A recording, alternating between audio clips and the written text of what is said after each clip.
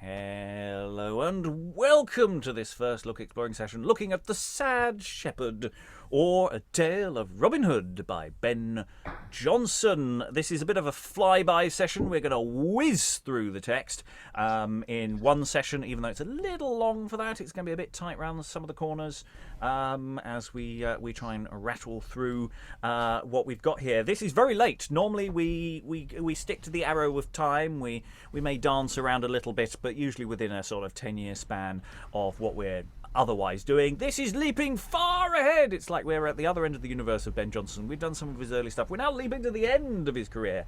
In the date I just plucked out of a book said 1637. It's very late in Ben Jonson. And so, yes, it's going to be from a very different universe of playmaking, perhaps, or it may be very similar. We shall find out. To dig into the text today, reading the prologue and Robin, as well as Mellifleur, is... Hello, I'm Sarah Blake. I'm an actor, writer and director living in Germany. Reading George, Green, Lionel and Maudlin is... Liza Graham, theatre and music person, London.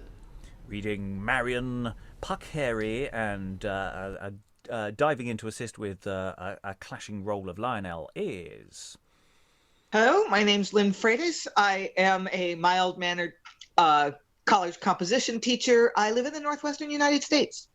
And putting my teeth in carefully here, reading Friar Tuck, Scathlock and Amie is... Hello, I'm Helen Good. I'm a historian and I'm in Hull. Still. Reading Clarion, Douce and or Douce, perhaps, probably rhymes of house. And John is... Aliki, Chapple, actor, translator and theatre maker based in the north of England. Reading Aeglamour and Earine, we haven't decided precisely how to pronounce it yet, is... Kemp. I'm an actor and I'm in London. Reading Much, and Alken is... Rachael, actor on the East Coast. And reading Karolin, Scarlet and Lorel is... Steve Longstaffe. One of my characters is a rude son of a witch. And I'm your host, Robert Crighton. I'll be reading stage directions. Not that there actually are a vast number of those, but there are a few. Without further ado, we're going to dive into the prologue. And the prologue's doing some interesting prologue-y things. So, prologue, take it away.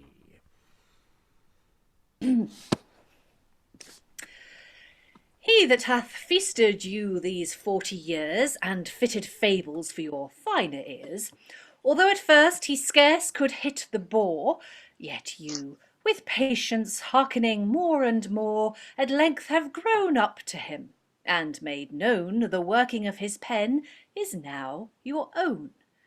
He prays you would vouchsafe, for your own sake, to hear him this once more. But sit awake, and though he now present you with such wool as from mere English flocks his muse can pull, he hopes, when it is made up into cloth, not the most curious head here will be loath to wear a hood of it, it being a fleece, to match all those of Sicily or Greece. His scene is Sherwood, and his play a tale of Robin Hood's inviting from the Vale of Belvoir all the shepherds to a feast, where by the casual absence of one guest the mirth is troubled much, and in one man as much of sadness shown as passion can. The sad young shepherd, whom we here present, like his woes figure, dark and discontent. At which point the sad shepherd passeth silently over the stage. For his lost love, who in the Trent is said to have miscarried. Lass, what knows the head of a calm river whom the feet have drowned?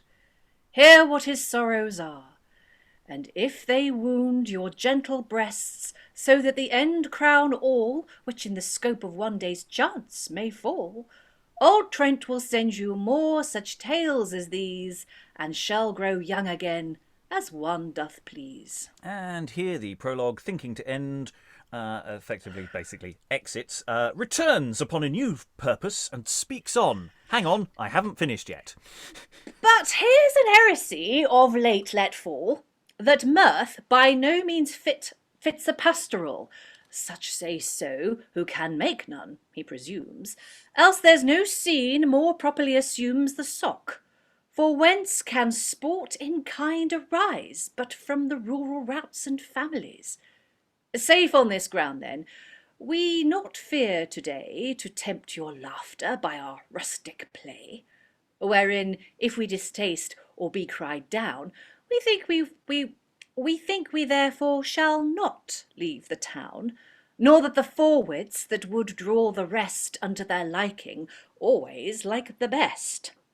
The wise and knowing critic will not say this worse or better is, before he weigh, where every piece be perfect in the kind, and then, though in themselves he difference find, yet if the place require it where they stood, the equal fitting makes them equal good. You shall have love and hate and jealousy, as well as mirth and rage and melancholy, or whatsoever else may either move or stir affections and your likings prove. But that no style for pastoral should go current, but what is stamped with ah and oh. Who judgeth so may singularly err, as if all poesy had one character, in which what were not written were not right, or that the man who made such one poor flight in his whole life had with his winged skill advanced him upmost on the Muses' hill, when he, like poet, yet remains, as those are painters who can only make a rose. From such your wits redeem you, or your chance, lest to a greater height you do advance of folly, to condemn those that are known artificers, and trust such as are none. And we'll just very briefly pause there because there's a lot of fun, interesting stuff going on there. We haven't done much of what we might call pastoral drama. We have touched on some early examples. We are about to enter a zone where this is a genre will become more of a thing. So Jonson is sort of discussing here, should you have laughs in a pastoral thing? How much humour should you have? And sort of discussing what the genre of what they're about to do should be. I just love the way that that he's vaguely talking about a character who sort of sadly wanders by, just going, this is the person. You might not know who the Sand Shepherd. We know who the Sand Shepherd is. We've seen them wandering by. Any thoughts from the room? Just generally, anything anyone wants to throw in there? Sarah, did you enjoy that? I really had no idea what I was saying, to be honest. It went on a lot longer than I expected it to. I was thinking, prologue, 20 lines tops, and it just went on. It was kind of jolly to read, but I don't really know what I was really going on about. I did like the fact, though, that he went off and then wandered back on. It was like, and another thing. That was quite entertaining. Yeah, and it definitely feels like Ben Jonson was the one who walked back on it for the. And hang on, anyone worried about genre? I'm just going to explain what I'm trying to do here. For those of you who don't like playwrights mucking about, feels weirdly defensive. I say weirdly defensive. I think he's quite bruised by this point. In his career. Any other thoughts? I don't want to linger too long on a prologue, but Helen. Liza says socks for comedy, buskins for tragedy. Yeah, socks are often used to just as a shorthand for comedy. It might even have been Jonson that writing about another playwright wrote about when thy socks were on, how good he was, as a metaphor for how good he was at comedy. We did have a play recently where there was a lengthy discussion of socks, as I recall. Oh yeah, we did. I can't remember what the hell that was. Anyway, Stephen, you were waving. Just a response. It's Milton writing about Jonson. Yes. In L'Allegro, Jonson's learned sock. Jonson's learned sock. Well, here is an example of Ben Jonson's socks, and that's nice. It might possibly have been a reference to what they thought was true of Greek theater. Milton was a big fan of Greek theater, I hope we get to read Comus. It's weird and references Greek theatre a lot. It does, though it may be arguably tangential to our primary mission, but hey, why not? Stamped. I like the references stamped with R and O. Sort of just this something about performative styles as well that I'm quite liking. Anyway, let us dive further into. Let's get some action going. Let's leave the prologue behind. Act 1, we will read through. So it starts with the entrance of Aeglamour. Here she was wont to go, and here, just where those daisies, pinks, and violets grow. The world may find the spring by following her, for other print her airy steps ne'er left. Her treading would not bend a blade of grass, or shake the downy blowball from his stalk, but like the soft west wind she shot along, and where she went, the flowers took thickest root, as she had sowed them with her odorous foot. And enter Marian, Tuck, John, George Agreed, Much, Woodman, etc. Know you, or can you guess, my merry men, what 'tis that keeps your master Robin Hood so long from his Marian and the wood? Forsooth, madam, he will be here by noon, and praise it of your bounty as a boon, that you by them have killed him, then have killed him venison some, to feast his jolly friends who hither come. In thieves so to frolic with him and make cheer. Here's little John hath harboured you a deer, I see by his tackling. And a heart of 10 I trow he be, madam, or blame your men. For by his slot, his entries, and his port, his frayings, fumets, he doth promise sport. And standing for the dogs, he bears a head large and well beamed, with all rights summed and spread. Let's rouse him quickly and lay on the hounds. Scathlock is ready with them on the grounds, so is his brother Scarlet. Now they have found his lair, they have him sure within the pound. Away then, and when my Robin bids a feast, 'twere sin in Marian to defraud a guest. And in theory, somebody else is entering at some point here. And I, the chaplain, here am left to be steward today, and charge you all in fee to don your liveries, see the bower dressed, and fit the fine devices for the feast. You, George, must care to make the baldric trim, and garland that must crown or her or him, whose flock this year hath brought the earliest lamb. Good Father Tuck, at your commands I am, to cut the table out of the green sward, or any other service for my lord, to carve the guests' large seats, and these laid in with turf as soft and smooth as the mole's skin, and hang the bulled nosegays above their heads, the piper's bank whereon to sit and play, and a fair dial to mete out the day. Our master's feast shall want no just delights. His entertainments must have all the rights. Aye, and all choice that plenty can send in. Bread, wine, acades, fowl, feather, fish, or fin, for which my father's nets have swept the trench. And Aeglamour falls in with them. And how you found her? Who? My drowned love, Earine, the sweet Earine, the bright and beautiful Earine. Have you not heard of my Earine? Just by your father's mill, I think I'm right. Are you not Much, the miller's son? I am. And bailiff to brave Robin Hood? The same. Close by your father's mills, Earine. Earine was drowned. Oh, my Earine. Oh, Maudlin tells me so, and Douce, her daughter. Have you swept the river, say you, and not found her? For fowl and fish we have. Oh, not for her?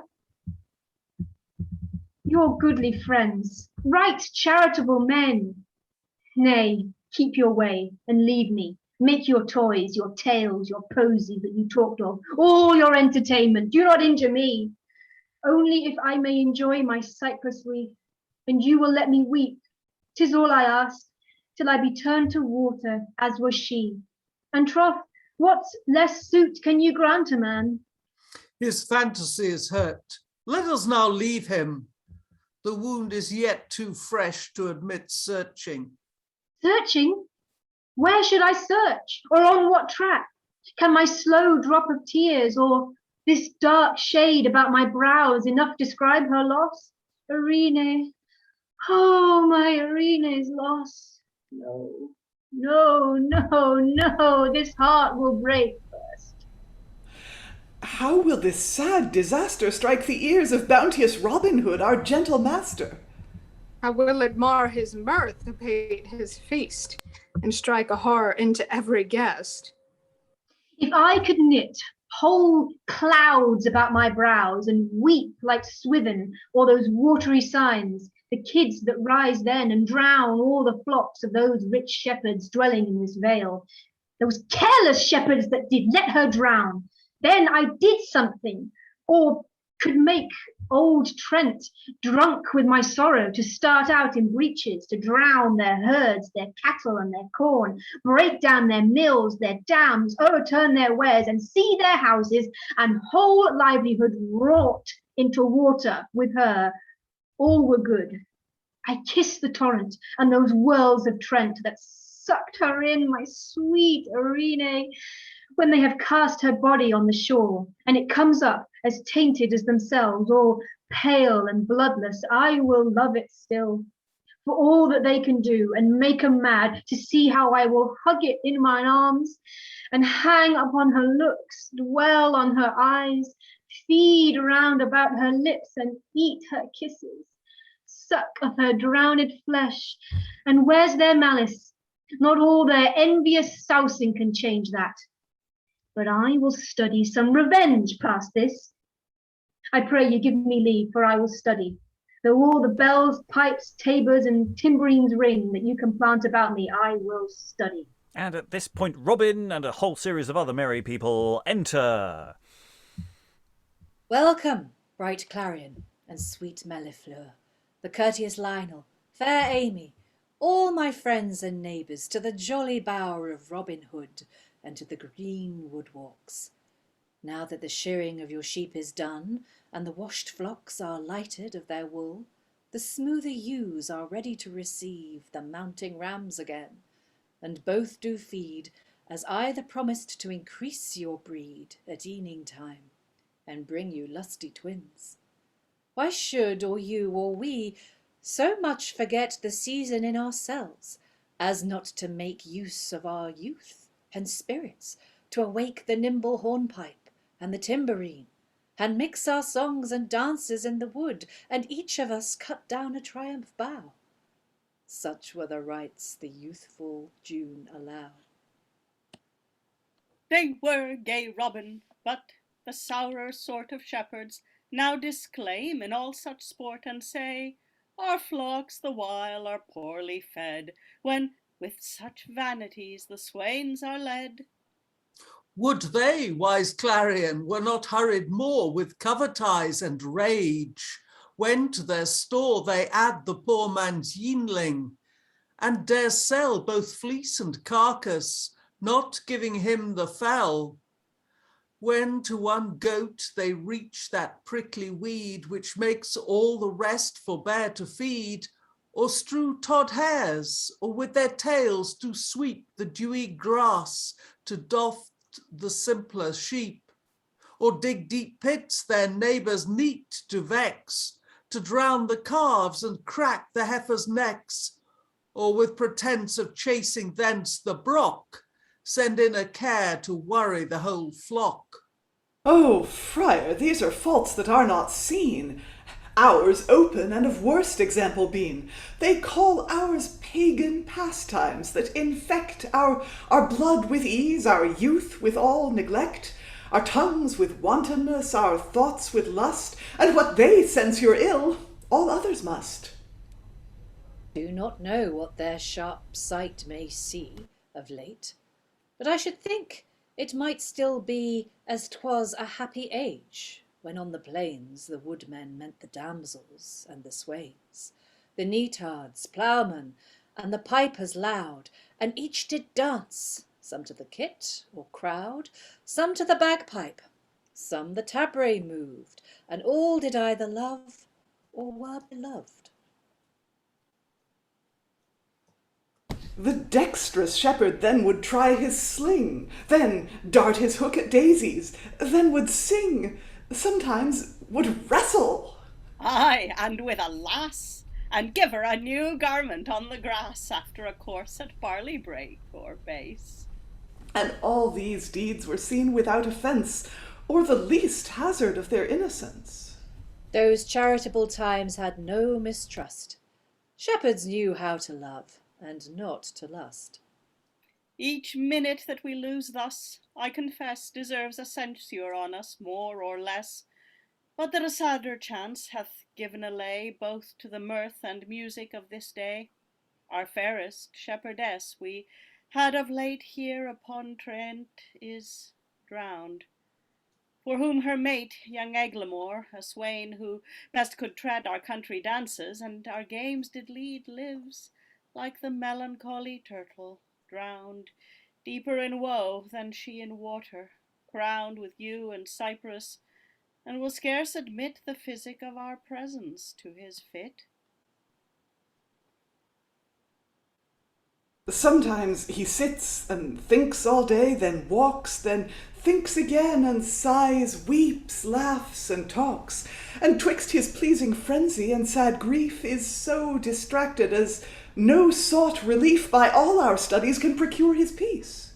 The passion finds in him that large increase, as we doubt hourly we shall lose him too. You should not cross him then, whate'er you do. For fancy stopped will soon take fire, and burn into an anger, or to a frenzy turn. Nay, so we are advised by Alken here, a good sage shepherd, who, although he wear an old worn hat and cloak, can tell us more than all the forward fry that boast their lore. See, yonder comes the brother of the maid, young Karolin. How curious and afraid he is at once, willing to find him out and loath to offend him. Sure he's hereabout. And again, possibly some movement of peoples, Aeglamour being pointed out here.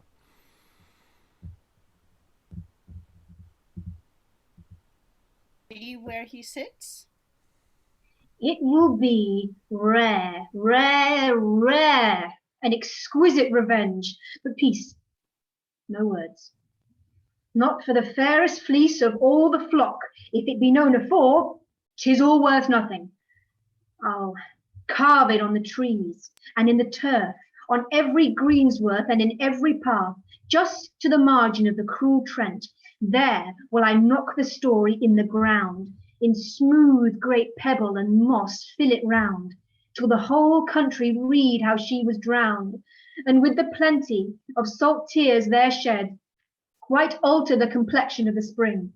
Or I will get some old grandam thither, whose rigid foot, but dipped into the water, shall strike that sharp and sudden cold throughout, as it shall lose all virtue. And those nymphs, those treacherous nymphs, pulled in Earine, shall stand curled up like images of ice, and never thaw. Mark, never. Sharp justice, or stay, better. When the year's at hottest, and that the dog-star foams, and the stream boils, and curls, and works, and swells ready to sparkle, to fling a fellow with a fever in, to set it all on fire till it burn, blue as Scamander for the walls of Troy, when Vulcan leaped into him to consume him. A deep hurt fancy. Do you not approve it?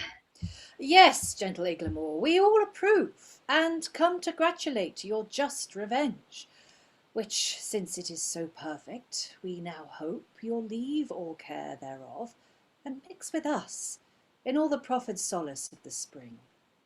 The spring? Now she is dead, of what? Of thorns, briars and brambles, thistles, burrs and docks, cold hemlock, You, the mandrake, or the box? These may grow still, but what can spring beside? Did not the whole earth sicken when she died?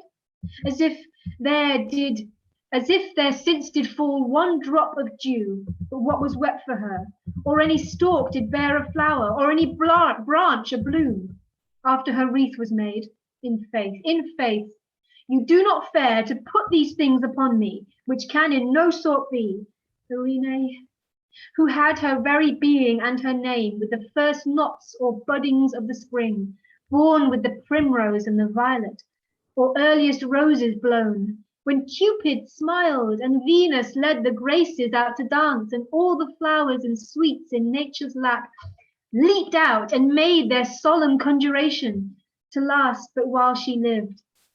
Do I not know how the veil withered the same day, how dove, Deni, and Erewash, idle snight and snore, each broke his urn, and 20 waters more that swelled proud Trent shrunk themselves dry, that since no sun or moon or other cheerful star looked out of heaven, but all the cope was dark, as if it were hung so for her exquise, and not a voice or sound to ring her knell, but of that dismal pair, the scritching owl and buzzing hornet. Hark, hark, hark, the foul bird, how she flutters with her wicker wings. Peace! You shall hear her scritch. Good Karolin, sing, help to divert this fantasy.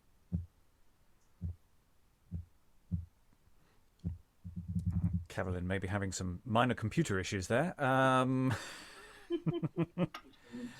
Karolin, sing for us.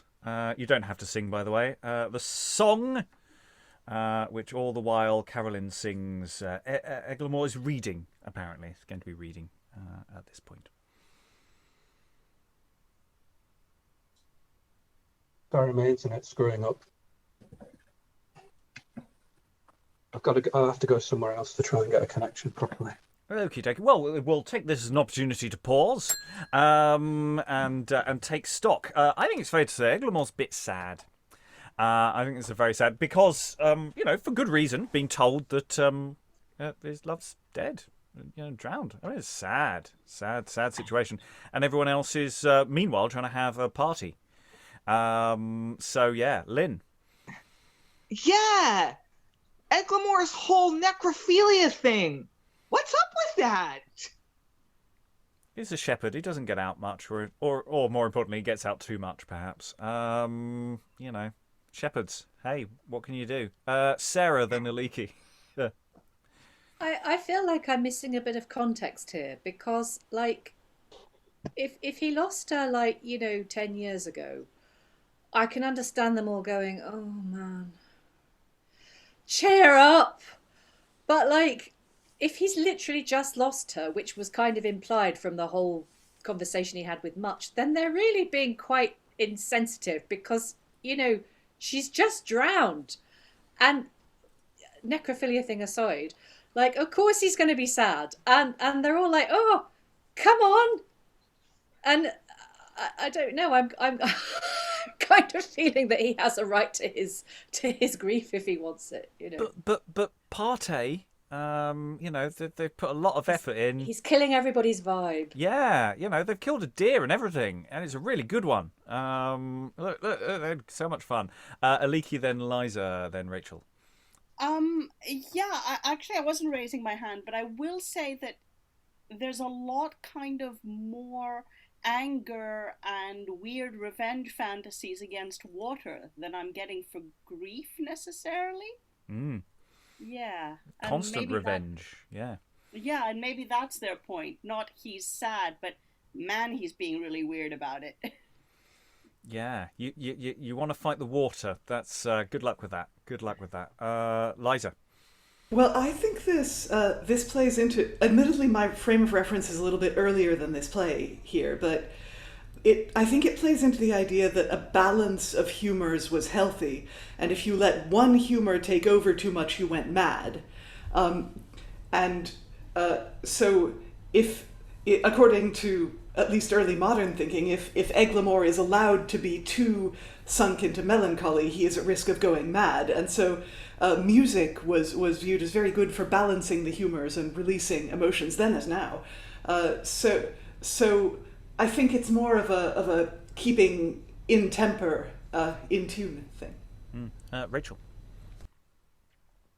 To what Liza just said, he does call on the water signs, and he's calling on like the water signs of astrology, but they're also linked to that humorism, and I think they're associated with that cold and wet humor, whichever that one is. So he's calling upon melancholy. the powers. Yeah, he's calling upon them in that.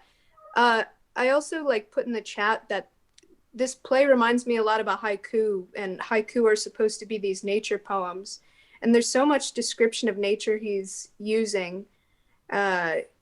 Usually people are calling on the gods or something, and I feel, but he's calling on all these things. He's talking about owls, and he's talking about deer, and even much when he's talking about food. He's talking about fish and fowl, and those are all these things that you can see in nature. And he's really painting for us the pastoral scene. The imagery of it is embedded into the language as something that's actable. Even that little bit with the owl stands out to me, because you could possibly have the person basically hooting and do some animal work with that, with like, I think there's just so much color there and so much physicality that you could dig into with an actor, that I'm really hooked on the poetic elements of this one so far. Yeah, you do get the impression of quickly sing a song. He's hooting like an owl. This is not good. I don't know. Did he get an invite even to this party either? I'm just checking. Is it just like, well, we can't turf him out, but maybe we can just find him a place. We should gather more data and move on. We don't have a lot of time with this one.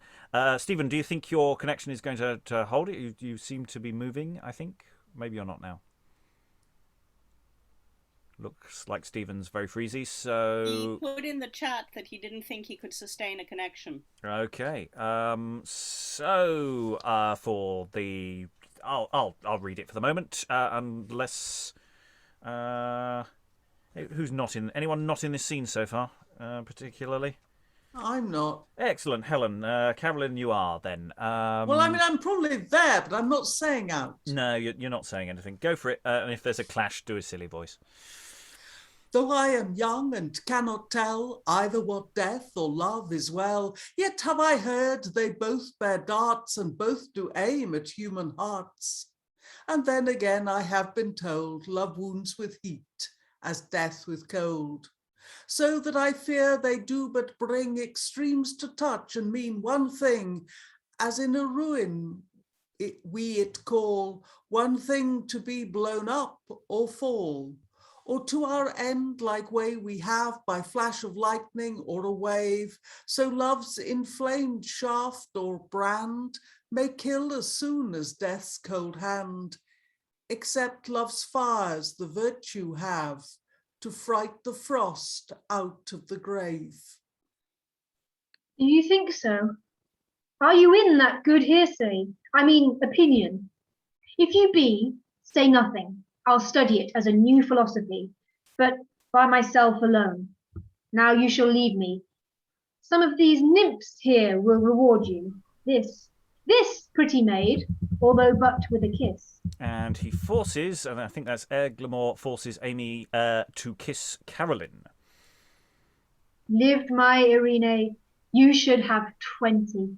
For every line here, one I would allow for mine own store, the treasure I had in her. Now I am as poor as you. Helen, if you could continue. I continue, right. And I, a wretch.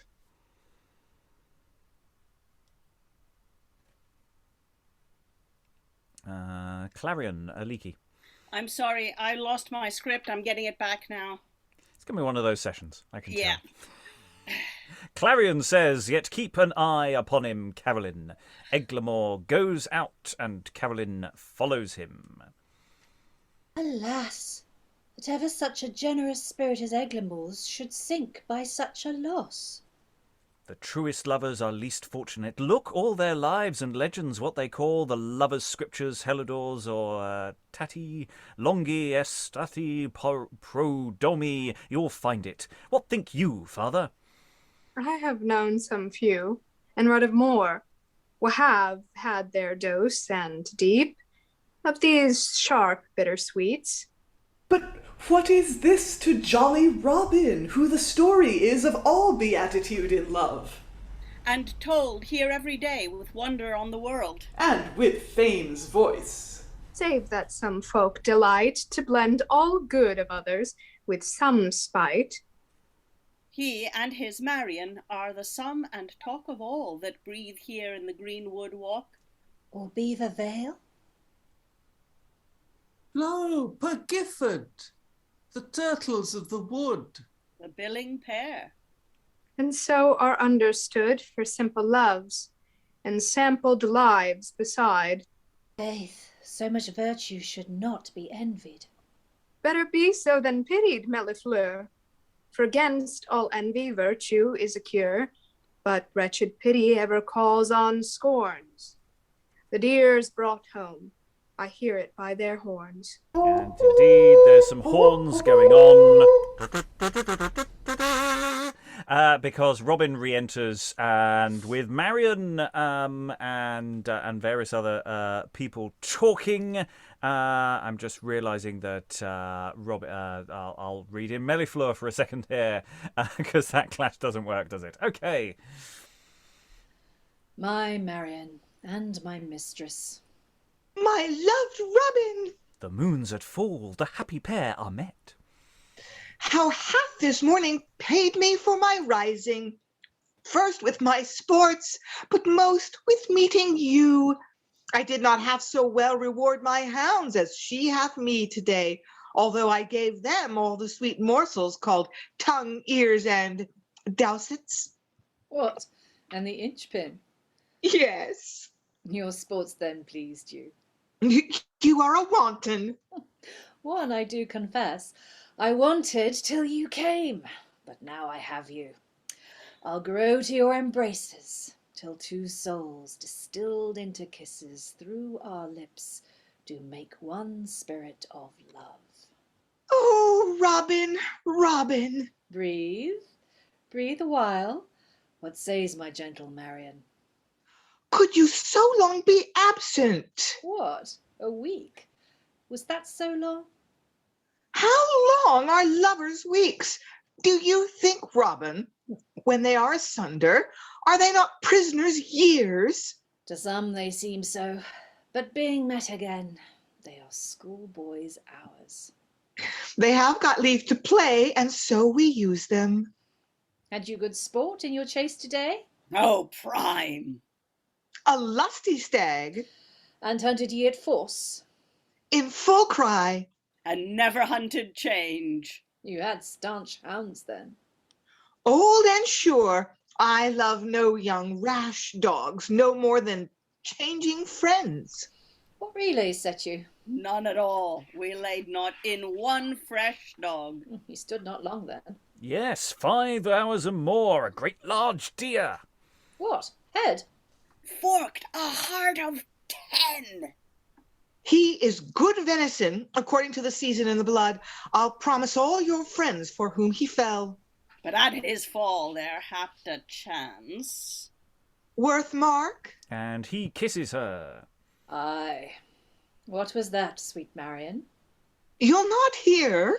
I love these interruptions in a story. And he kisses her again. They make it sweeter. You do know as soon And he kisses her again. as the essay is taken. On my Marian, I did but take the essay. You stop one's mouth, and yet you bid them speak when the arbor's made. Pulled down, and paunch turned out. He that undoes him doth cleave the brisket bone upon the spoon of which a little gristle grows. You call it, The raven's bone. now, or head satyr raven on a sere bough, a grown great bird, a horse, who, all the while the deer was breaking up, so croaked and cried for it, as all the huntsmen, especially old Scathlock, thought it ominous, swore it was Mother Maudlin, whom he met at the other day, just as he roused the deer out of its lair. But we made shift to run him off his 4 legs and sunk him ere he left. Yes, enter Scathlock. Is the deer come? He lies within the dresser. Will you go see him, Mellifleur? I attend you.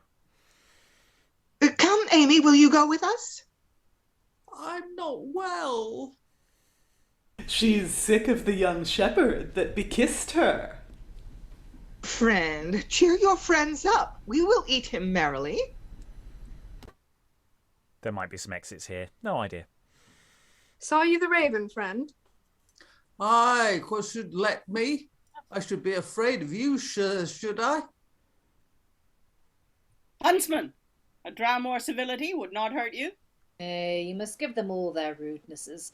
They are not else themselves without their language. And what do you think of her? As of a witch. They call her a wise woman, but I think her an arrant witch. And wherefore think you so?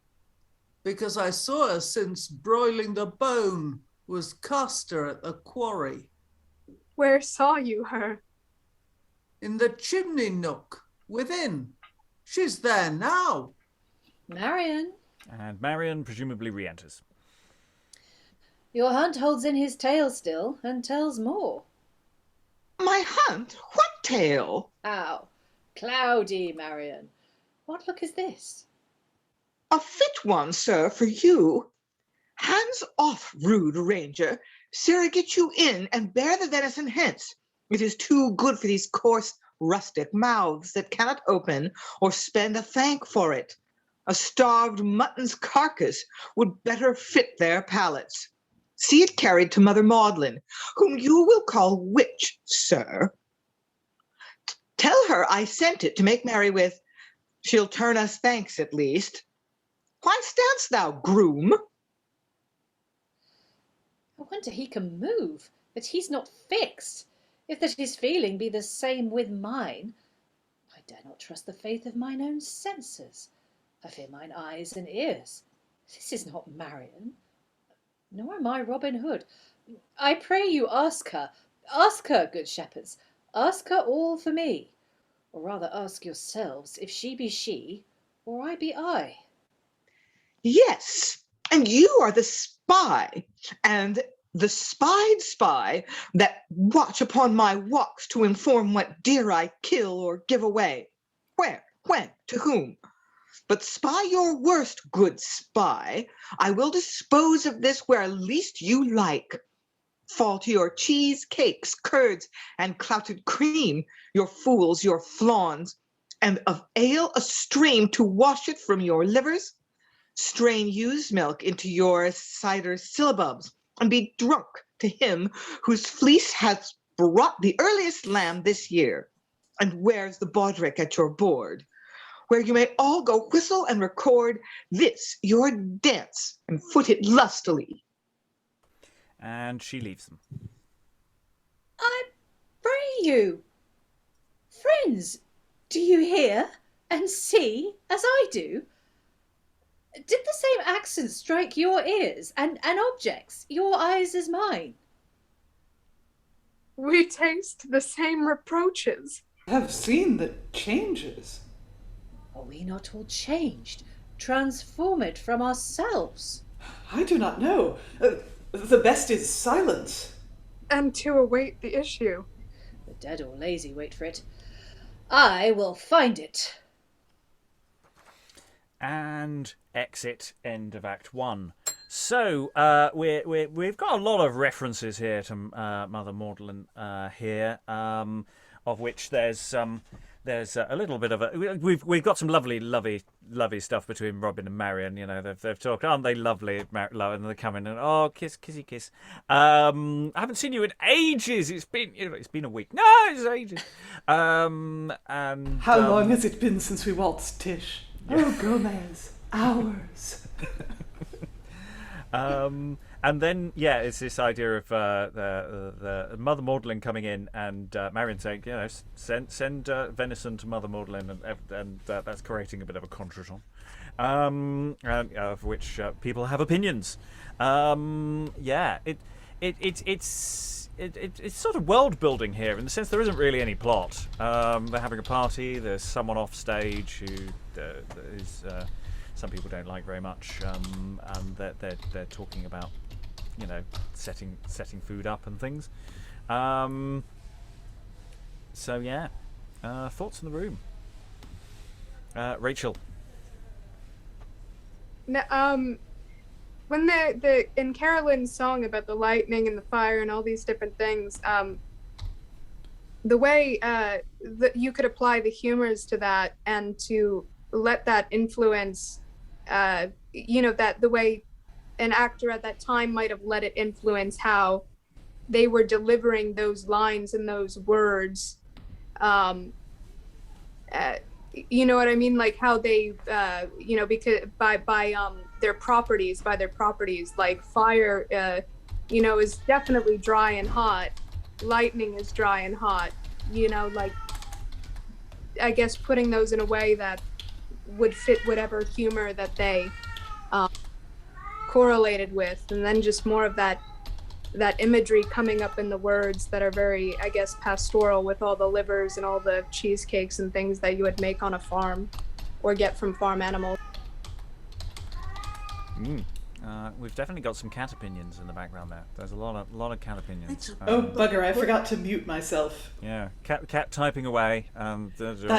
Apologies. Next offense, I lose both hands. Other thoughts in the room beyond cats. And this world that we've got here, they're still trying to organise their party. So something happened to Marian.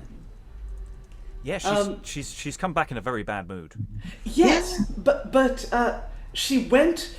Did she go into the same place where Maudlin, the witch who could turn herself into a raven, was?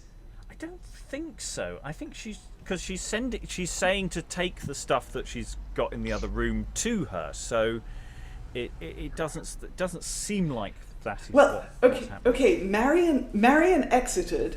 Scathlock said that Maudlin was within, presumably where Marian had gone, and then Marian came back out and said to give all the fruits of her hunt to Maudlin because she totally hates Robin now for some mysterious reason. So, I don't know. Fan theories. Yeah, we may get more data on this later, but then it may also make it more confusing later. Lynn, then Aliki. Yes, as Liza was saying, why Marian goes off and comes back on again. And Robin has that line about, is this really Marian and am I really myself? That might be a hint that this is literally not Marian. It's Maudlin magically transforming herself to resemble Marian. I think that's a possibility. I'm curious to see what happens. Aliki. Only because I'm looking at my script and Maudlin is in the next scene. I suspect it's not meant to be that so much as she has somehow magicked them. She's cursed their love. I don't know. Is this real? Is this happening? Is a thing that you might say when your beloved suddenly starts hating you. But if you were going to portray Maudlin magically transforming to look exactly like Marian, you'd use the same actor. Sure. But played Marian. So. Sure. Sarah. There's nothing in the stage directions to suggest it, but the fact that we've got this line, we taste the same reproaches, which is probably metaphorical, but I wonder if has somebody come on with a cup? Did Scathlock, when he came on, did he bring something like a jug of something for them all to drink, because he's seen her broiling the bone, and then like maybe they've been passing it round, and I don't know, but it does just seem to me that like a hex has descended upon them all. So I'm wondering if they've drunk something, or maybe she's just appeared in the background and done it. I don't know, but it does seem like a specific spell that's been placed on them. Yeah. Who knows?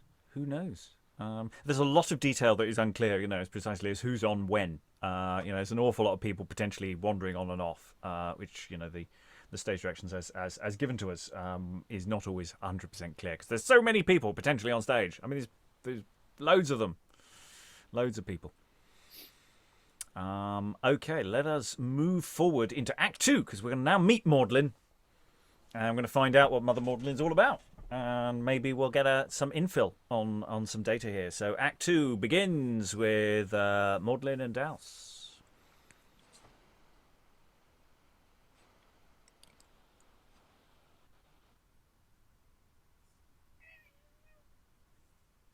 Had I not left them in a brave confusion, amazed their expectation, got their venison, troubled their mirth and meeting, made them doubtful and jealous of each other, all distracted, and in the close uncertain of themselves. Thus can your mother do, my dainty Douce, take any shape upon her, and delude the senses best acquainted with their owners. The jolly Robin, who hath bid this feast and made this solemn invitation, I have possessed so with such dislikes of his own Marian, that albeit he know her as doth the vaunting heart his vent in hind, he'll ne'er fra hence shall neeze her in the wind to his first liking. Did you so distaste him? As far as her proud scorning him could bait or blunt the edge of any lover's temper. But were you like her, mother? So, say like Douce, as she had seen me hersel had doubted whether had been the liker of the twa. This can your mother do, I tell you, daughter. I have but doubt ye yet in the outdress and peril of Eirene. But this raiment, these very weeds, shall make ye, as but coming in view or ken of Aeglamour, your form shall show too slippery to be looked upon, and all the forest swear ye to be she. They shall run after ye, and wage the odds. Upon their own deceived sights, you're her, whilst she, poor lass, is stocked up in a tree, your brother Laurel's prize. For so my largesse hath lotted her to be your brother's mistress, if she can be reclaimed, if not, his prey. And here he comes, new clothed, like to a prince of swineherds. Such he seems, dicht in the spoils of those he feeds, a mighty lord of swine. He is commanded now to woo. Let's step aside and hear his lovecraft. See, he opes the door and takes her by the hand and helps her forth. This is true courtship, and becomes his ray. And yes, here enter we have Lorel and Erin, who's presumably been released in some magical fashion. I suppose that's going to have to be me, right? Ye kind to others, but ye coy to me, deft mistress, whiter than the cheese new pressed, smoother than cream, and softer than the curds. Why start ye from me ere ye hear me tell my wooing errand, and what rents I have? Large herds and pastures, swine and kye are mine own, and though my naves be camoosed, my lips thick, and my chin bristled, Pan, great Pan was such, who was the chief of herdsmen and our sire. I am nae fay, nae incubus, nae changeling, but a good man that lives o'er my own gear. This house, these grounds, this stock is all mine own. How better 'twere to me this were not known. She likes it not, but it is boasted well. 100 udders for the pail I have, that give me milk and curds, that makes me cheese to cloy the markets, 20 swarm of bees, who call the summer, hum about the hive, and bring me wax and honey in belive, an aged oak, the king of all the field, with a broad beech there grows afore my door, that mickle master unto the firm doth yield. A chestnut whilk hath larded mony a swine, whose skins I wear to fend me fra the cold. A poplar green and with a curved seat, under whose shade I solace in the heat, and thence can see gang out and in my neat. Twa trilland brooks, each from his spring doth meet, and make a river to refresh my feet, in which each morning ere the sun doth rise, I look myself and clear my pleasant eyes, before I pipe, for therein I have skill 'bove other swineherds. Bid me, and I will straight play to you, and make you melody. By no means. Oh, to me all minstrelsy is irksome, as are you. Why, scorn you me?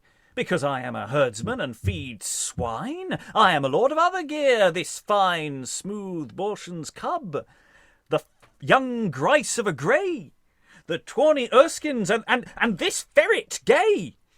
Tonham, what are these? I'd give 'em ye, as presents, mistress. Go, the fiend and thee! Go, take 'em hence! They frumened all the clays and prick my coats. Hence with them, limmer down, thy vermin and thyself. Thyself art one. I lock me up. All's well when thou art gone. Did you hear this? She wished me at the fiend with all my presents. A tune lucky end she wished thee, foul limmer. Dirty loon! Good faith, it dulls me that I am thy mother. And see, thy sister scorns thee for her brother. Thou woo thy love, thy mistress, with 2 hedgehogs, a stinking brook, a polecat. Out, thou howlet! Thou shouldst have given her a madge owl, and then thou'st made a present of thyself, owl Spiegel.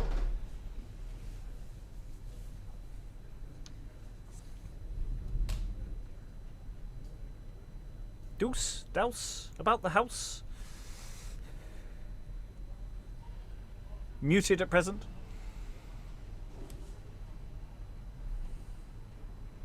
Can't find it. I'm looking at the right bit of text, I thought, but I cannot find it. Why, mother, I have heard ye bid. Act 2, Scene 3. Act. Owl Spiegel. Owl Spiegel. Why, mother, I have heard ye bid to give, and often, as the cause calls. I know well, it is a witty part sometimes to give, but what, to whom? No monsters, nor to maidens. He should present them with more pleasant things natural, and what all women covet to see, the common parent of us all, which maids will twire at 'tween their fingers, thus. With which his sire gat him, he'll get another, and so beget posterity upon her. This should he do. False gelding, gang thy gate, and do thy turns betimes, or else gar take the new breeks from thee and thy doublet too. The tailor and the suitor shall undo all they have made, except the manlier woo. And Lorel goes out. Good mother, if you chide him, he'll do airs. Hang him! I give him to the devil's arse. But you, my Douce, I charge ye, show yourself to all the shepherds, boldly gang among 'em. Be mickle of their eye, frequent and fugend. And if they ask ye of Eirene, or of these clades, say that I gain ye, and say no more. I have that work in hand, that web upon the loom, shall gar 'em think by then they feel 'em their own frights and fears. I has put the world or nature bout their ears. But here ye Douce, because ye may meet me in many shapes today, where'er ye spy this broidered bill with characters, 'tis I A gypsum lady and a right bale dam wrought it by moonshine for me and starlight upon your grandam's grave that very night we earthed her in the shades, when our Dame Hecate made it her gang night over the kirkyard, with all the bark and parish tykes set at her, while I sat whirling of my brazen spindle. At every twisted thread my rock let fly unto the sewster who did sit me nigh. Under the town turnpike which ran each spell she stitched to the work and knit it well. See you take tent to this, and ken your mother. And we can infer that they exit Act 2, Scene 4, depending on how you want to number these things. We have the entrance of Marian, Mellifleur, and Amie. I'll ask Sarah to step in to be Mellifleur for this scene. How do you, sweet Amie, yet? She cannot tell. If she could sleep, she says, she should do well. She feels a hurt, but where she cannot show any least sign that she is hurt or no. Her pain's not doubtful to her, but the seat of her pain is. Her thoughts too work and beat, oppressed with cares, but why she cannot say. All matters of her care is quite away. Hath any vermin broke into your fold, or any rot seized your flock, or cold? Or hath your fighting ram burst his hard horn, or any ewe her fleece, or bag hath torn, my gentle Amie? Marian, none of these. Have you been stung by wasps, or angry bees, or raised with some rude bramble, or rough briar? No, Marian, my disease is somewhat nigher. I weep and boil away myself in tears, and then my panting heart would dry those fears. I burn, and through all the forest lend a shade and freeze, though of the whole wood one fire were made. Alas! I often have been torn with thorn and briar, both in the leg and foot, somewhat higher, yet gave not then such fearful shrieks as these. Oh, I often have been stung too with cursed bees, yet not remember that I then did quit either my company or mirth for it. And therefore what it is that I feel now, I know no cause of it, nor where, nor how it entered me, nor least print can see. I feel afflicts me more than briar or bee. Oh, how often when the sun, heaven's brightest birth, hath with his burning fever cleft the earth, under the spreading elm or oak hard by, a cool clear fountain, could I sleeping lie, safe from the heat. But now, no shady tree nor purling brook can my refreshing be. Oft, when the meadows were grown rough with frost, the rivers ice-bound and their currents lost, my thick warm fleece I wore was my defence. All large good fires I made, drave winter thence. But now my whole flock fells, nor this thick grove inflamed to ashes can my cold remove. It is a cold and heat that doth outgo all sense of winters and of summers so. And enter Robin Hood, Clarion, Lionel, Alken. Oh, are you here, my mistress? Aye, my love. She, seeing him, runs to embrace him. Where should I be but in my Robin's arms, the sphere which I delight in so to move? What, the rude ranger, and spied spy? Hand off. He puts her back. You are for no such rustics. What means this, thrice worthy Clarion, or wise Alken, know ye? Lass, no, not they. A poor starved mutton's carcass would better fit their palates than your venison. What riddle is this? Unfold yourself, dear Robin. You have not sent your venison hence by Scathlock to Mother Maudlin? I? To Mother Maudlin? Will Scathlock say so? Nay, we will all swear so, for all did hear it when you gave the charge so, both Clarion, Alken, Lionel, myself. Good, honest shepherds, masters of your flocks, simple and virtuous men, no other hirelings. Be not you made to speak against your conscience, that which may soil the truth. I send the venison away by Scathlock to Mother Maudlin. I came to show it here to Mellifleur. I do confess, but Amy's fallen ill, did put us off it, since we employed ourselves in comforting her. And Scathlock enters. And here he is. Did I, sir, bid you bear away the venison to Mother Maudlin? Aye, good faith, madam. Did you? And I've done it. What have you done? Obeyed your hest, madam. Done your commands. Done my commands, dull groom? Fetch it again, or kennel with the hounds. Are these the arts, Robin, you read your rude ones of the woods to countenance your quarrels and mistakings, or are the sports to entertain your friends, those formed jealousies? Ask of Mellifleur if I were ever from her, here, or Amie, since I came in with them, or saw this Scathlock, since I related to you this tale of the raven. Aye, say you so. And Scathlock goes out. She never left my side since I came in here, nor I hers. This is strange. Our best of senses were deceived, our eyes, then. And ears, too. What you have concluded on, make good, I pray you. Oh, my heart. My heart. Oh, my heart it is wounded, pretty Amie.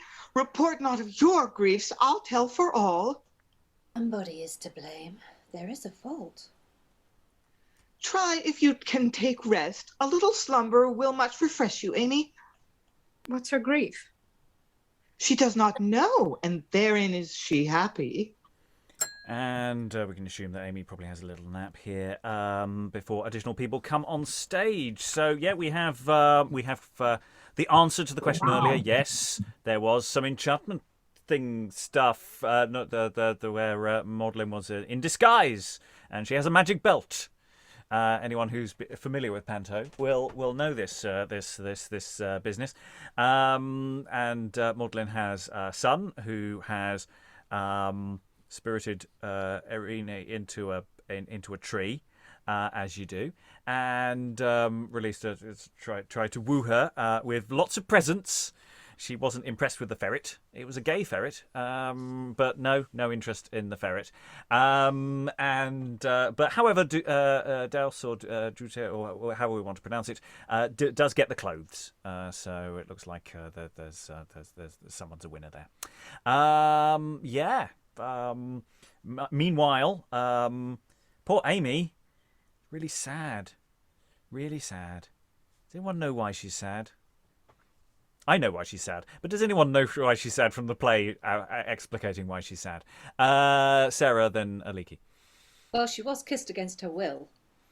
So that would make me sad. But I'm guessing maybe is this part of Maudlin's magic? Is she like a distraction? Aliki, then Helen.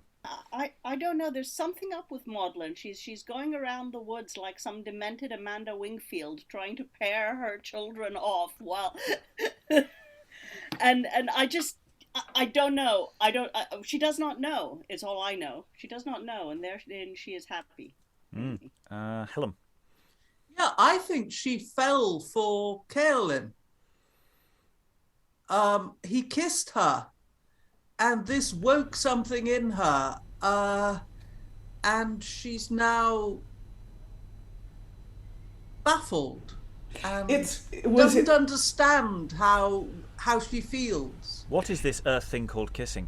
It was Aeglamour, wasn't it? Not No, he made them kiss. Oh. That's it. The stage direction is unclear. I did try to explicate it. He makes that. He basically goes, "I'm sad. You should be. This is what I used to do." Basically. 1,000 apologies, Helen. I should know better than to contradict you. Yeah. Basically, it was. Yeah. But yes, that's broadly speaking what's going on. But the play has not explicated that particularly clearly, or in fact at all. There's a lot of stuff happening that gets explained after it's happened. There seems to be a thing here. Liza, you're muted if you're saying exciting things. I don't know. You might be talking to I wasn't. I was saying over some of my stuff from next scene. Excellent. Looking ahead. Shame. With your accent work, they're very wise. I wasn't attempting an accent. I was occasionally vaguely going for idiom, but I wasn't aiming for accent. Probably much wiser. But I've started, so I'll finish. Shut up. Everyone's a critic. No, I think a witch should have a cat. And a noisy cat at that. Yeah, well, they might be taking up musical instruments anytime soon. So, as this is the beginning of our mini magical season, yeah, it is nice, that we've got people caring for one another and worrying, about each other, and sort of the weirdness of the Maudlin household. There's something very odd going on with all of this. It's doing different things with Robin Hood as well. Actually, I'm quite interested in this whole world that we're getting here. It's not quite the Robin Hood universe that we've had before. All the people are there. They're not necessarily doing all the things you're expecting them to do. Sarah. Yeah, I like the fact that we're getting a little peek into the domestic life of Robin and Marian, like the kind of coupley thing where, they haven't been together for a week and they're all like, "Oh, I've missed you so much. Oh, I've not been gone that long, but I've missed you too." And then the minute, like, Marian, well, obviously it's not Marian, but like she's like, she does something, and Robin gets really sulky. It's just like, "Oh yeah, right, yeah, whatever." Yeah. Oh, we're not good. You're here. Are you? Oh, yeah, you're here, you want to are you? hug me? We're not good enough for your venison. It's like a very entertaining little peek into the actual, because they're these mythical sort of figures, and it's just very entertaining. And in my point of view, I prefer them arguing because, frankly, the lovey-dovey stuff is a little sickening. Just a little bit. It's just get a room. Don't want to watch public displays of affection like that, please. Other thoughts? Otherwise, we'll complete Act 2 because we're still midway through it. We've got a reasonable amount of text to do, so let's crack on. So, I'm not sure. Is everyone still on? I think everyone's still on. And joining them here is John and Maudlin, and Scathlock will enter later. Who's John? Ears, Mother Maudlin, come to give you thanks, madam, for some late gift she hath received, which she's not worthy of, she says, but cracks and wonders of it, hops about the house, transported with the joy. Send me a stag, a whole stag, madam, and so fat a deer, so fairly hunted, and at such a time too, when all your friends were here. And here she skips and dances. Do you mark this, Clarion? Her own acknowledgement. 'Twas such a bounty and honour done to your poor beadswoman, I know not how to owe it but to thank you. And that I come to do. I shall go round and giddy with the toy of the good turn. Look out, gay folk about, and see me spin the ring I'm in. Of mirth and glee with thanks for fee, the heart puts on for the venison my lady sent, which shall be spent in draughts of wine, to fume up fine into the brain, and down again fall in a swoon upon the ground. And she turns around until she falls. Look to her. She is mad. My son hath sent you a pot of strawberries gathered in the wood. His hogs would else have rooted up or trod, with a choice dish of wildlings here to scald and mingle with your cream. Thank you, good Maudlin, and thank your son. Go bear them into Much, the actor. Let him thank her. Surely, mother, you were mistaken, or my woodman more, or myself most, to send you all our store of venison hunted for ourselves this day. You will not take it, mother, I dare say, if we'll entreat you. When you know our guests, red deer is head still of the forest feasts. But I know ye, a right free-hearted lady, can spare it out of superfluity. I have departed it among my poor neighbours to speak your largesse. I gave it not, mother. You have done wrong then. I know how to place my gifts and where, and when to find my seasons to give, not throw away my courtesies. Count ye this thrown away? What's ravished from me, I count it worse, as stolen. I lose my thanks. But leave this quest. They fit not you nor me, Maudlin, contentions of this quality. Scathlock enters. How now? Your stag's returned upon my shoulders. He's found his way into the kitchen again, with his 2 legs, and now your cook can dress him. Slid, I thought the swineherd would have beat me, looks so big. The sturdy carl, lewd Lorel. There, Scathlock, for thy pains, thou hast deserved it. And Marian gives him gold. Do ye give a thing and take a thing, madam? No, Maudlin, you had imparted your neighbours as much good do it them. I've done no wrong. Here we have the first charm. The spit stands still, no broaches turn before the fire, but let it burn both sides and haunches, till the whole converted be into one coal. What devil's paternoster mumbles she? Stay, you will hear more of her witchery. Second charm. The swelling dropsy enter in the lazy cook and swell his skin, and the old mormel on his shin now prick and itch withouten blin. Speak out, hag, we may hear your devil's matins. The pain we call St. Anton's fire, the gout, or what we can desire, to cramp a cook in every limb before they dine, yet seize on him. Foul ill spirit hath possessed her. Oh, Carol, call him back again. Oh, yes, sorry, that's a random Lionel line. Her thoughts do work... That does not belong here, does it? Yeah, they do. Everybody's still in the room. Lots of people are still in the room. Lynn, could you briefly read in Lionel if you can? Her thoughts do work upon her in her slumber, and may express some part of her disease. Observe and mark, but trouble not her ease. Oh! How is it, Annie? Wherefore start you? Oh, Carol, he is fair and sweet. What then? Are there not flowers as sweet and fair as men? The lily is fair, and rose is sweet. Aye, so let all the roses and the lilies go. Carol is only fair to me. And why? Alas for Carol, Marian, I could die. Carol, he singeth sweetly too. What then? Are there not birds sing sweeter far than men? I grant the linnet, lark, and bullfinch sing, but best the dear good angel of the spring, the nightingale. Then why alone should his notes please you?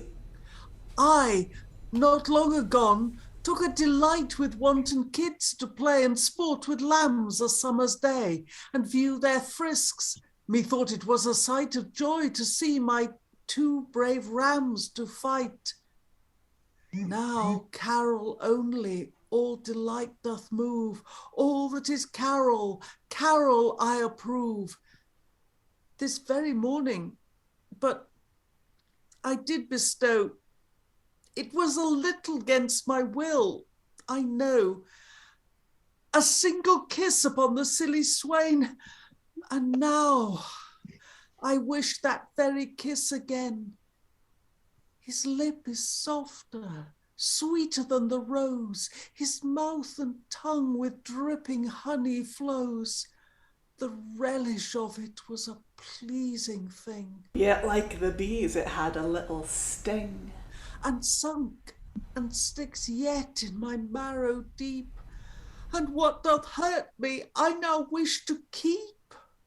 Alas, how innocent her story is. I do remember, Marian, I have oft with pleasure kissed my lambs and puppies soft.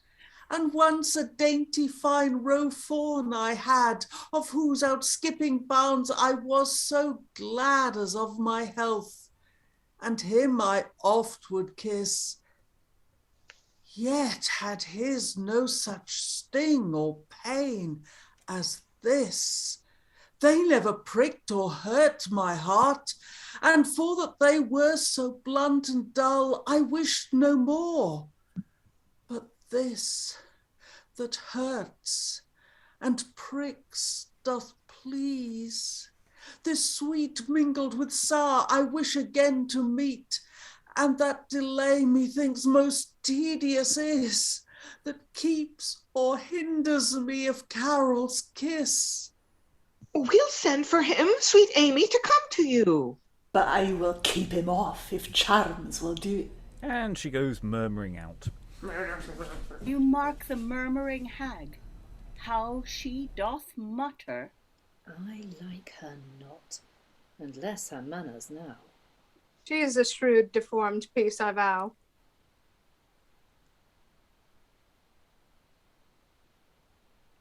Anyone can jump in to be Lionel. As crooked as her body. I believe she can take any shape, as Scathlock says. She may deceive the sense, but really, she cannot change herself. Would I could see her once more in Marian's form. For I am certain now it was she abused us, as I think my Marian and my love now innocent, which faith I seal unto her with this kiss, and call you all to witness of my penance. It was believed before, but now confirmed, that we have seen the monster. And enter Tuck and other forest people. Hear you now. Poor Tom the cook is ta'en. All his joints do crack as if his limbs were tied with points. His whole frame slackens, and a kind of rack runs down among the spondyles of his back. A gout or cramp now seizeth on his head, then falls into his feet. His knees are lead, and he can stir his either hand no more than a dead stump to his office as before. He is bewitched. This is an argument both of her malice and her power, we see. She must by some device restrained be, or she'll go far in mischief. Advise how, sage shepherd, we shall put it straight in practice. Send forth your woodmen then, into the walks, or let them prick her footing hence. A witch is sure a creature of melancholy, and will be found, or sitting in her forum, variant of form, or else at relief like a hare. You speak, Alken, as if you knew the sport of witch hunting, or starting of a hag. Enter George to the huntsmen, who by themselves continue, but everybody else buggers off. Go, sirs, about it. Take George here with you. He can help you to find her. Leave Tuck and Much behind to dress the dinner. Aye, the cook's dead. We'll care to get that done. Come, Marian. Let's withdraw into the bower. And they withdraw into the bower.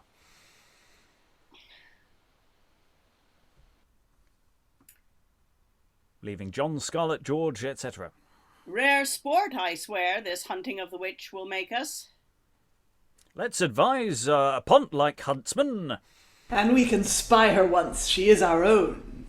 First, think which way she formeth, on what wind, or north or south. For as the shepherd said, a witch is a kind of hare. And marks the weather as the hare does. Where shall we hope to find her? And Alken returns. I have asked leave to assist you, jolly huntsman. If an old shepherd may be heard among you, not jeered or laughed at. Father, you will see Robin Hood's household no more courtesy. Who scorns at ell peals of his own young hares. Yea, say right well. Know ye the witch's dell? No more than I do know the walks of hell. Within a gloomy dimble she doth dwell, down in a pit, o'ergrown with brakes and briars, close by the ruins of a shaken abbey, torn with an earthquake, down unto the ground, mongst graves and grots, near an old charnel house, where you shall find her sitting in her form, as fearful and melancholique as that she is about, with caterpillars, kells, and knotty cobwebs, rounded in with spells. Then she steals forth to relief in the fogs and rotten mists, upon the fens and bogs, down to the drowned lands of Lincolnshire, to make ewes cast their lamb. Swine eat their farrow, the housewives ton not their work, nor the milk churn, writhe children's wrists, and suck their breath in sleep, get vials of their blood, and where the sea casts up his slimy ooze, search for a weed to open locks with, and to rivet charms planted about her in the wicked feet of all her mischiefs, which are manifold. I wonder such a story could be told of her dire deeds. I thought a witch's banks had enclosed nothing but the merry pranks of some old woman. Yes, her malice more. As it would quickly appear had we the store of his collects. Aye, this good learned man can speak her right. He knows her shifts and haunts. And all her wiles and turns, the venomed plants wherewith she kills, where the sad mandrake grows, whose groans are deathful, the dead-numbing nightshade, the stupefying hemlock, adder's tongue, and martagan, the shrieks of luckless owls we hear, and croaking night crows in the air, green-bellied snakes, blue fire drakes in the sky, and giddy flittermice with leather wings, the scaly beetles with their harbor geons that make a humming murmur as they fly. There in the stalks of trees, white fays do dwell, and span long elves that dance about a pool, with each a little changeling in their arms. The airy spirits play with falling stars, and mount the sphere of fire to kiss the moon, while she sits reading by the glowworm's light, or rotten wood, or which the worm hath crept, the baneful schedule obsolete form. Oh my goodness. Yeah, another footnote caught in the middle of there. Baneful schedule of her innocent charms is how the line should read. The baneful schedule of her innocent charms and binding characters, through which she wounds her puppets, the sigil of her witchcraft. All this I know, and I will find her for you, and show you her sitting in her form. I'll lay my hand upon her, make her throw her scut along her back when she doth start before us. But you must give her law, and you shall see her make 20 leaps and doubles, cross the paths, and then squat down beside us. Crafty crone. I long to be at the sport, and to report it. We'll make this hunting of the witch as famous as any other blast of venery.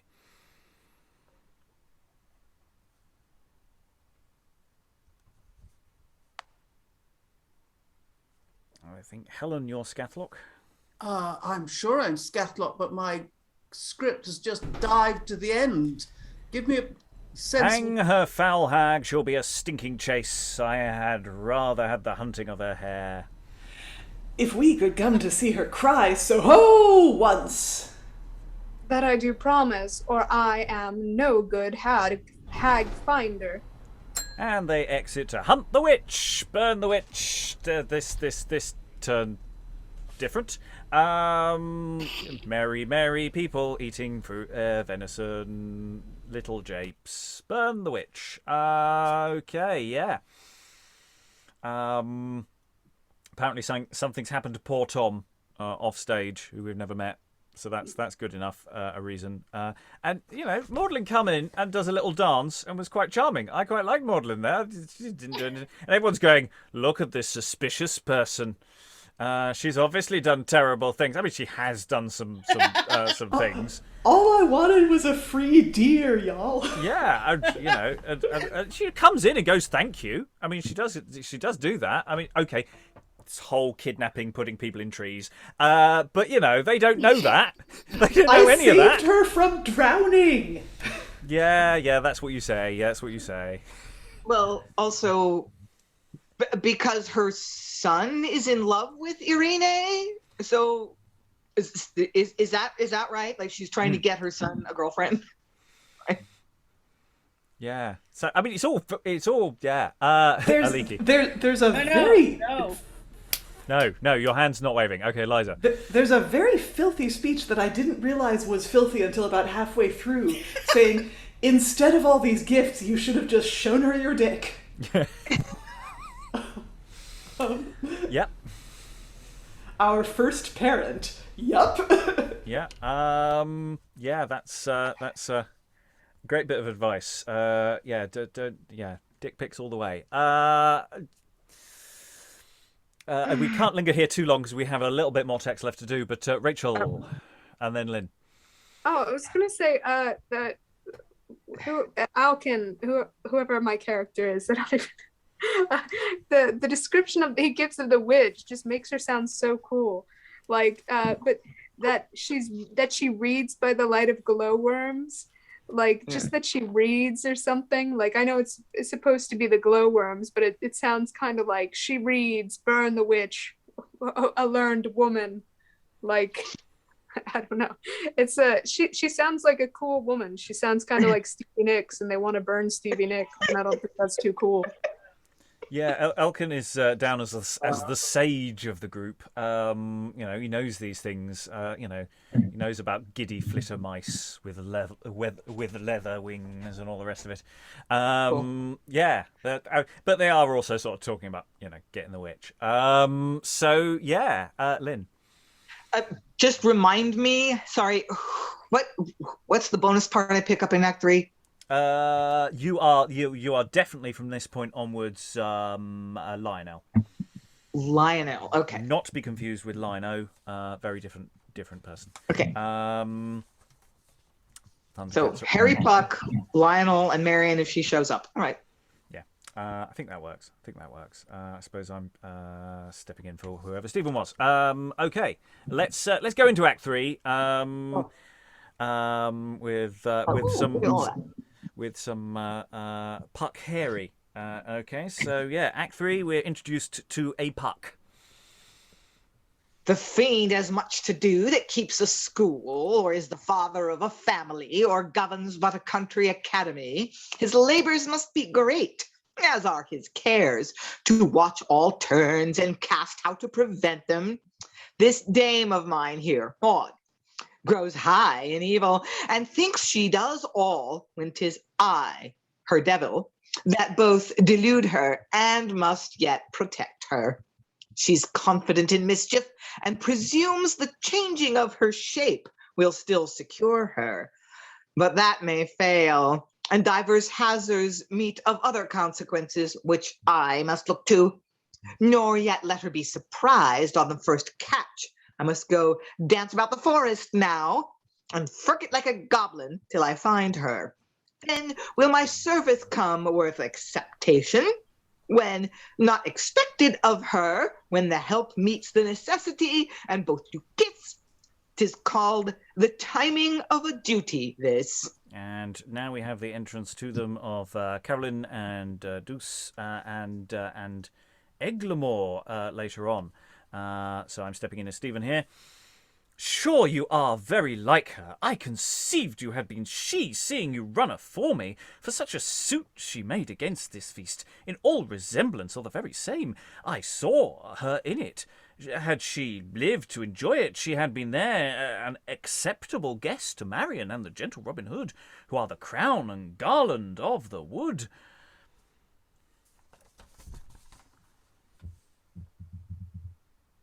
I cannot tell. My mother gave it me and bade me wear it. Who? The wise good woman, old Maud of Papelwick? Yes. This sullen man, I cannot like him. I must take my leave. And Aeglamour enters and Douce goes out. What said she to you? Who? Earine. I saw her talking with you. Or her ghost, for she indeed is drowned in old Trent's bottom. Did she not tell you who would have pulled her in, and had her maidenhead upon the place, the river's brim, the margin of the flood? No ground is holy enough, you know my meaning. Lust is committed in kings' palaces, and yet their majesties not violated. No words. How sad and wild his thoughts are gone. And Aeglamour goes out, but comes straight back in again. But she, as chaste as was her name, Earine, died undeflowered, and now her sweet soul hovers here, in the air, above us, and doth haste to get up to the moon and Mercury, and whisper Venus in her orb, then spring up to old Saturn, and come down by Mars, consulting Jupiter, and seat herself just in the midst with Phoebus, tempering all the jarring spheres, and giving to the world again his first and tuneful planeting. Oh, what an age will here be of new concords, delightful harmony to rock old sages, twice infants in the cradle of speculation, and throw a silence upon all the creatures. He goes out again, but he returns as soon as before. A cogitation of the highest rapture. The loudest seas and most enraged winds shall lose their clangor. Tempest shall grow hoarse, loud thunder dumb, and every species of storm laid in the lap of listening nature hushed, to hear the changed chime of his eighth sphere. Take tent and hearken for it, lose it not. And Aeglamour departs. And we may have here the entrance of Clarion and Lionel to Karolin. Oh, here is Carol. Was not that the sad shepherd slipped from him? Muted at present, Lionel. Yes, I guess it was. Who was that left you, Carol? The last man, whom we shall never see himself again. Or ours, I fear. He starts away from hand so, and all the touches or soft stroke of reason ye can apply. No colt is so unbroken, or hawk yet half so haggard or unmanned. He takes all toys that his wild fancy proffers, and flies away from them. He now conceives that my lost sister, his is my sister? Sorry.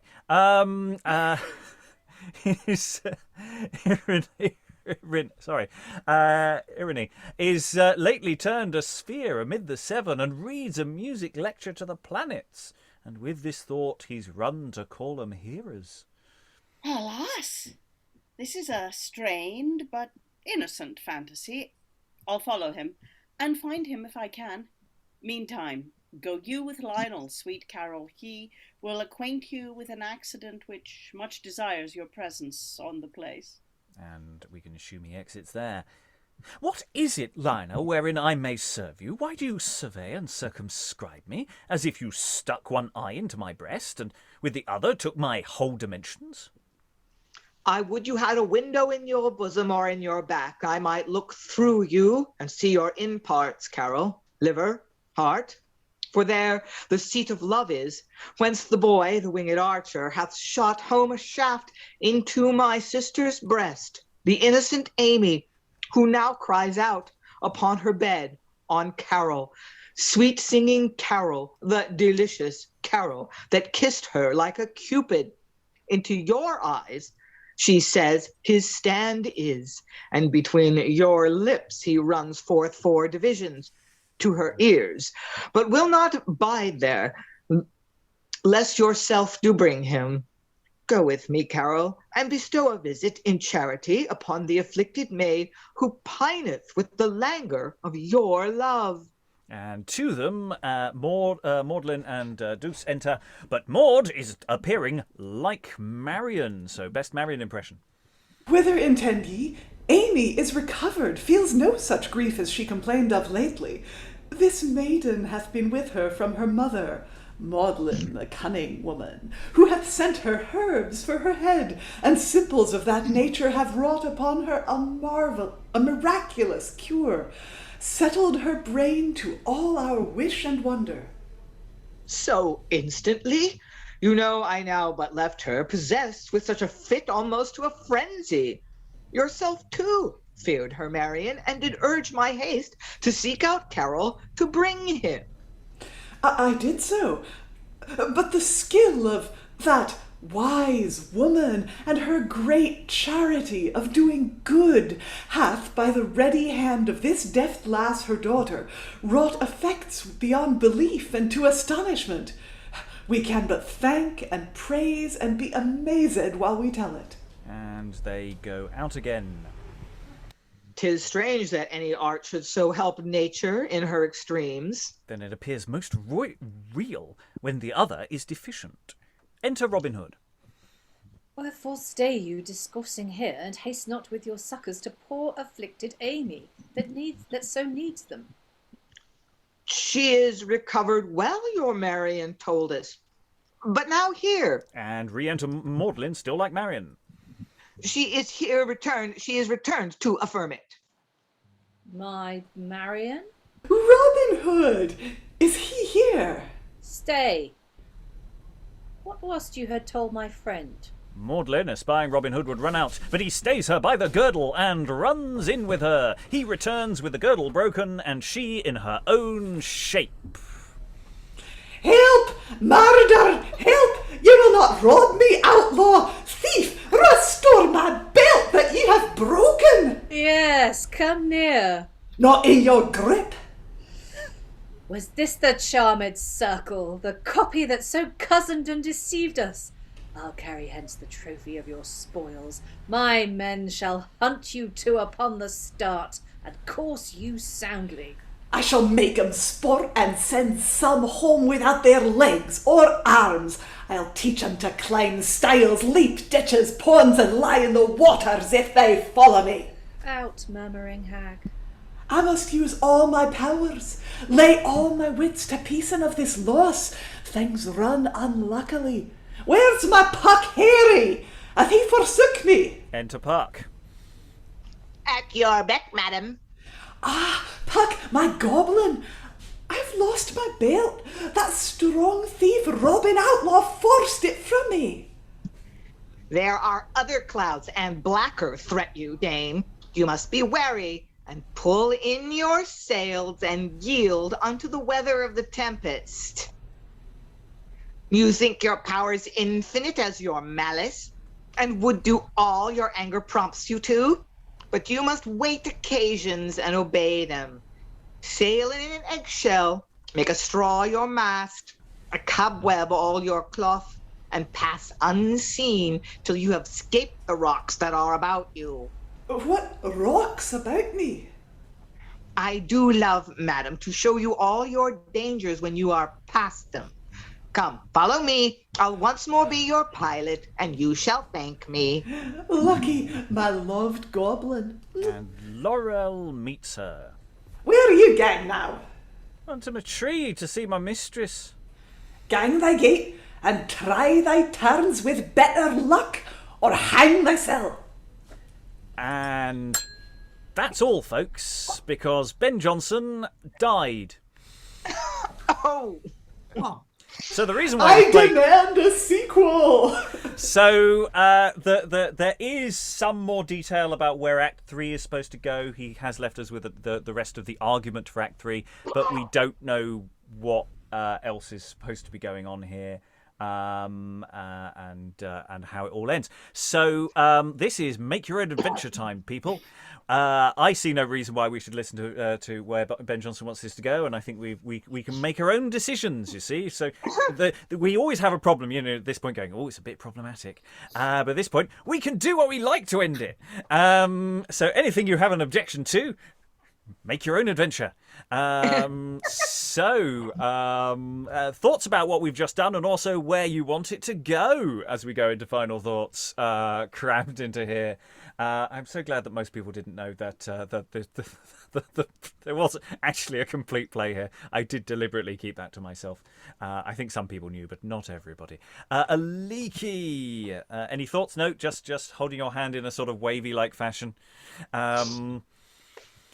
You wouldn't want to be a cricket umpire, would you? Because everyone would be out. I keep trying to do exercises for my wrist. I'm sorry, I keep forgetting. Lynn.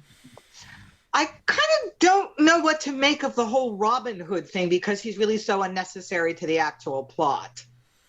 I mean, maybe it's for mood or setting or context or something, that this is a magical time in some vague,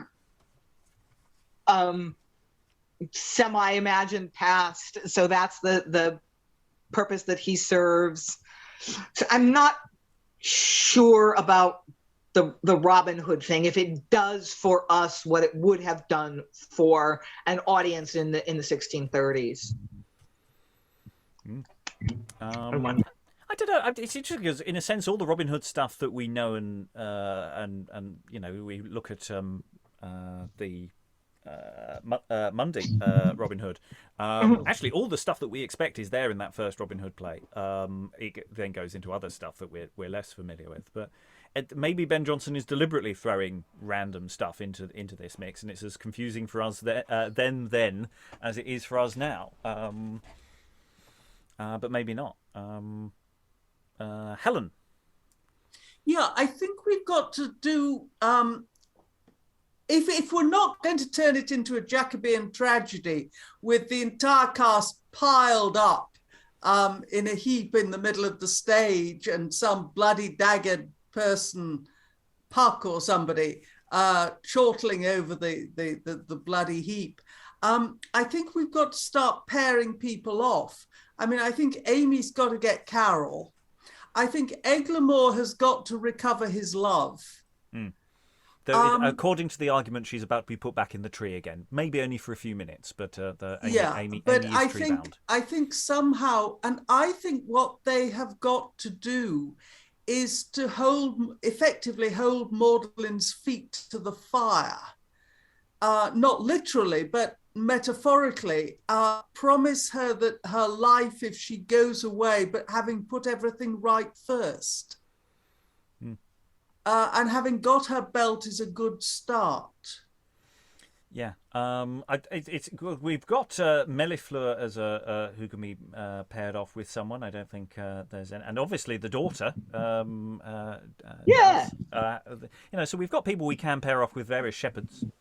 Or Douce and Mellifleur could just get a cottage together and I don't know, grow herbs or something. It's our ending. We can do what we like.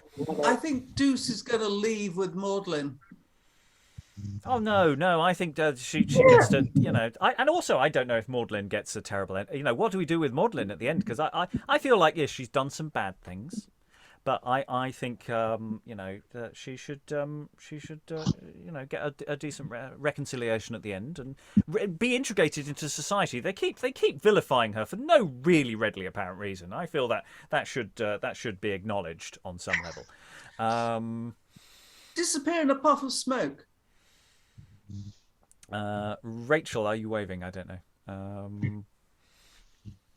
She's a witch. Couldn't she revive Aeglamour? What is his name's love? Revive her from the dead or something like that? Well, she's not dead. They've just been keeping her in a tree. Oh. So she's just a twig. She's currently out of the tree. She's going to say, according to Jonson, she's about to pop back into the tree again because someone's wandering around, and so they don't see her. She's hidden back in the tree. Reading hastily down to the end of the argument of the third act, I don't know if this was meant to, if this play was meant to have 5 acts, or if it's, or if it's just 3. I don't know if by this time, later on, 3 acts is usual for comedy and 5 acts for tragedy, but earlier all plays had 5 acts. All full-length plays had, I don't know, I could be wrong. Lynn has her Liza is wrong face on.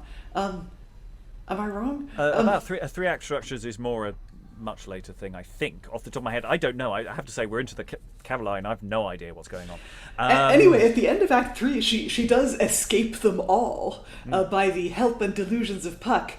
But by the end of the argument of Act 3, Aeglamour hasn't found Eirene again, it looks like. So maybe there were meant to be more acts. Yeah. Yes, because at the moment he's heard her singing in the tree, and he's sort of going, where are you? Where are you? Kind of stuff by the looks of it. And again, we can ignore Ben Jonson's argument. I mean, you don't have to. It's our play. We can do what we like. How do you want the play to end? Early modern, plays, they go weird, so you can go as weird as you like if you want. I mean, I feel we could probably reconcile some of the parts. Some of them are... there's another part we haven't actually met. There's a Reuben, the reconciler. So it seems like there's a reconciliation manifested by a hermit. He runs a deli in the forest. You gotta have the matzo ball soup. It is the best. Is there knishes? Can we have knishes? Yeah. Rachael. I was gonna say, because we had Cleanthes and we've read Marston, and they have these little characters that get away with everything, and they're like the troublemakers, but they're supposed to be the good guy in the end, maybe on paper at least, or maybe that's what they meant. Maybe you could do that with Maudlin, because she has a fondness for disguise that some of these other types of character that could be in the same character archetype as her do. She's just an extreme cosplayer. That's what's going on there. Just extreme cosplay. She just doesn't know when to stop. Yeah, maybe you could, at the end, you could reveal that she's not a witch, but she's like the fairy queen or something, and I don't know, tie it up with a bow with they all get married or something. Oh my god, that works because Puck works for Oberon. And it, ooh. Well, yeah. I'm gonna. There's a double checking on that one. A Puck may work for Oberon because Oberon has control over lots of spirits and sprites, and Puck is just a species designation. It's not an actual character. Puck is a generic. It's actually Yeah. Anyway, we're going to skirt past that before I can get to more data on that. Sarah. I am loving Rachel's idea because, yes, I feel if all these male characters can get away with being kind of a bit horrible and yet somehow still be the hero, I think we could do the same for Maud. And I'm thinking actually about the malcontent and the fact that at the end he turns out to have this weird... I am telling you the moral of this. I am showing you, the moral of, change your wicked ways. I'm actually thinking that she could be like, yeah, Robin. So basically, when your wife decides to give away venison to a poor old lady, don't get so sulky about it. Yeah, and don't burn the witch. Don't. Can we not do that? Can we not? Can we move away from that as a thing? Lynn. Yeah, I'm very intrigued by Rachel's idea of Maudlin. Maybe doesn't really have evil intents overall. That she's got a plan. That the lesson of if your spouse says, "Oh, I decided to give away our venison to this person who needs it," don't get your knickers all in a twist about it. And then throwing sort of hurdles in the way of the other romances because there was this idea that lightly won is lightly prized. If you don't have a challenge to gain your love. There's something like bad about being too easily won. So she's really just sort of throwing up roadblocks in order to make those relationships more solid in the end. And in the end, she's like, haha, just kidding. Everybody gets together. I don't know, there's something really sort of appealing about that model. Just to approaching final thoughts, so I will go around the room for those who haven't spoken. I may not go around everyone because some people have been speaking quite a lot. But Sarah, continue. Yeah, just to kind of check us all in our enthusiasm, I feel honour bound to point out that Helen has just reminded us all in the chat that she was very nasty to the cook. He was a terrible cook anyway. Let's not say that she's doing all good work. There's she is she does some dodgy things. But how much vilification has she lived through from this community? It was all illusion. That was just her in disguise talking about the cook. He's fine. Yeah, she's. I mean, to be fair, she has put Aeglamour into terrible emotional trauma because he said, "Hey, your love's dead," because she's the one who told him that in the first place. Nobody saw this happen. Oh, yeah. So she has done some bad things. That's not completely just because of this society's opinion of witches, of which we will have more to come. So there will be parallels you can run over the coming sessions. Emma, do you have any final thoughts? Anything you want to throw in before we close the session? I just really, really, I know it's been said before, but really, really enjoyed the poetry of it. The language is so rich and so lyrical and full of onomatopoeia. I just really enjoyed speaking it. Really, really nice. And I love the character of Maudlin. I think Liza did a great job showing how much energy is portrayed through the text, because there were so many exclamation marks in there. And she just kind of translates into this big ball of joy. She's so joyful about everything that she's doing, completely unembarrassed. I just absolutely love that. Helen, I don't know if you've got any additional final thoughts you want to throw in. You're muted at the moment. Yeah, the only thing I think I would want to add is that about the Scottishness that Liza acquired from Maudlin, the more Maudlin said, the more appropriate it seemed. I mean, it was either very, very carefully thought out or inspired. I'm not sure which, but nevertheless, it's making me wonder because whether in fact she wasn't intended to be Scottish. I think there's a lot in there that's suggesting that actually that's absolutely bang on. I have to say it felt with, I wasn't trying to do an accent, but The Sun felt written that way as well, the way everything was landing. Liza? I would just like to apologise to every single Scottish person on Earth for having crucified their accent. You can either cold read or you can do an accent, but you can't do both things well. And anyway, possessed by the ghost of James Doohan, I have no other explanation. But I very hastily, after we'd started, I read the first scene and thought, bloody hell. It was one of those just throw yourself at the wall and see if you stick things. It did seem to me like the character was meant, like that was what may have been intended. Any other final thoughts anyone wants to throw in at this time? We've done a flyby. We haven't stopped and started as much as we might do. It's one of those sort of stuck in between sessions where some time is tight or just too much time, as it were. This is one to return to almost as a competition, saying who wants to write the ending. Right, roll up, give us your endings. We should get Emily carding. She loves writing verse plays. Yeah, we should. I seriously think we should just get Sarah's a a pop together. playwright too. We should get a little pop together, and we should just commission a series of endings, and that's what we should do. Like the movie Clue. Yes, absolutely. You think it should end like this, or maybe it should end like this. Okay. On that note, Let's get Tim Curry to play Maud. Yes. We commend this In to the a house. corset. And on that note, I'm going to close the session. Thank you very much all to the wonderful readers. Thank you very much, and goodbye. Breathe a while.